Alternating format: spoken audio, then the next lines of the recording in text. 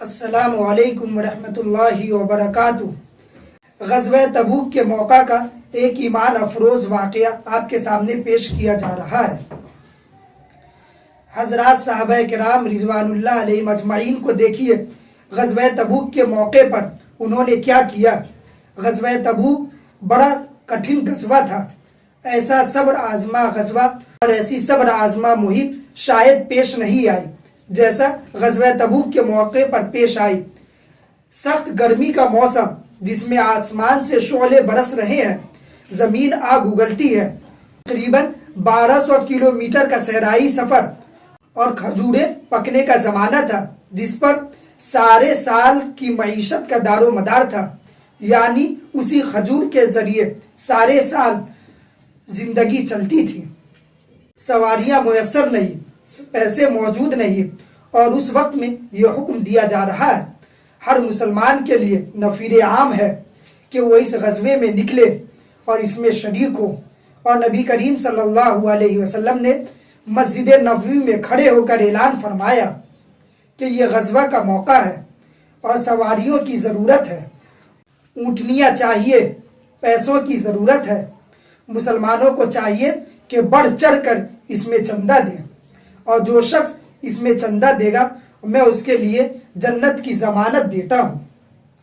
اب صحابہ کرام رضوان اللہ علیہ مجمعین کہاں پیچھے رہنے والے تھے، جبکہ خود نبی کریم صلی اللہ علیہ وسلم کی زبان سے یہ جملہ سن لے کہ اس کے لیے جنت کی ضمانت ہے۔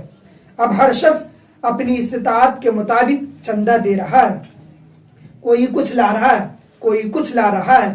اس موقع پر حضرت فاروق اعظم رضی اللہ عنہ فرماتے ہیں، میں اپنے گھر گیا اور میں نے اپنے گھر کا جتنا ساز و سامان تھا اور روپیہ پیسہ تھا وہ آدھا آدھا تقسیم کر دیا، اور پھر آدھا حصہ لے کر نبی کریم صلی اللہ علیہ وسلم کی خدمت میں چلا گیا، اور دل ہی دل میں خیال آنے لگا کہ آج وہ دن ہے کہ شاید میں ابو بکر صدیق رضی اللہ عنہ سے آگے نکل جاؤں۔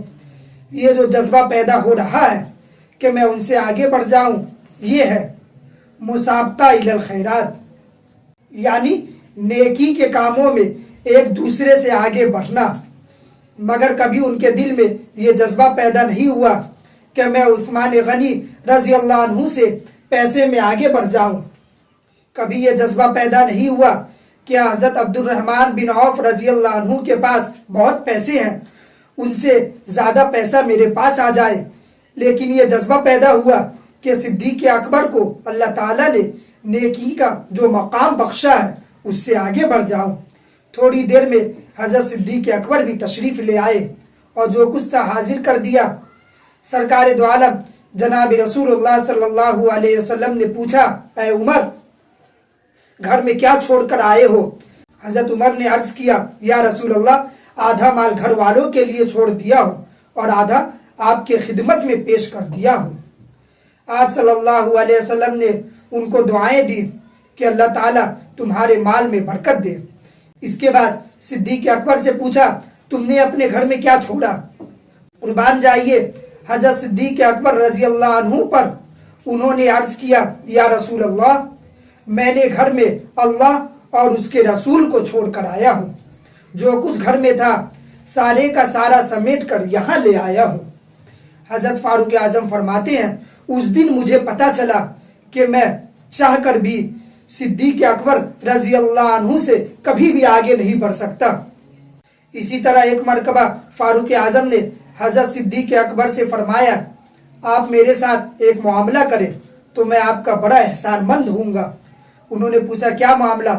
فاروق اعظم نے فرمایا، میری ساری عمر کی جتنی نیکیاں ہیں، جتنے اعمال صالحہ ہیں، وہ سب مجھ سے آپ لے لیں، اور وہ ایک رات جو آپ نے نبی کریم صلی اللہ علیہ وسلم کے ساتھ غار ثور میں گزاری تھی اس کا ثواب مجھے دے دے۔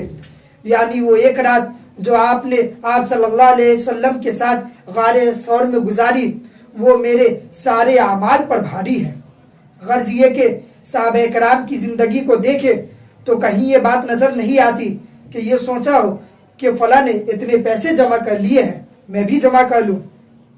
فلاں کا مکان بڑا شاندار ہے، میں بھی ویسا بنا لوں۔ فلاں کی سواری بہت اچھی ہے، مجھے بھی ویسی سواری مل جاتی۔ لیکن اعمال صالحہ میں مسابقت نظر آتی ہے، اور آج ہمارا معاملہ بالکل الٹا چل رہا ہے۔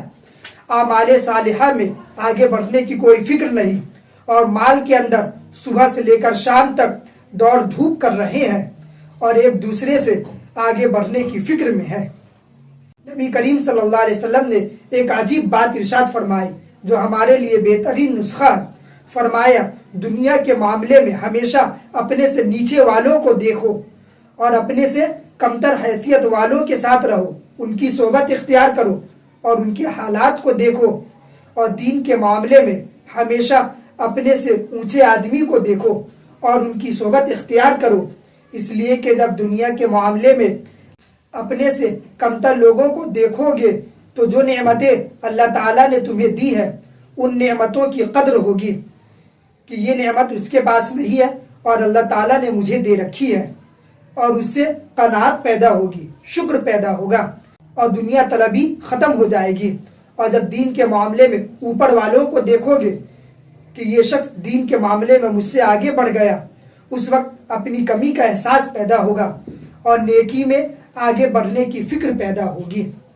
تو ہمیں ضرورت اس بات کی ہے کہ ہم آپ صلی اللہ علیہ وسلم کے اس جملے کو اپنی زندگی میں اتاریں۔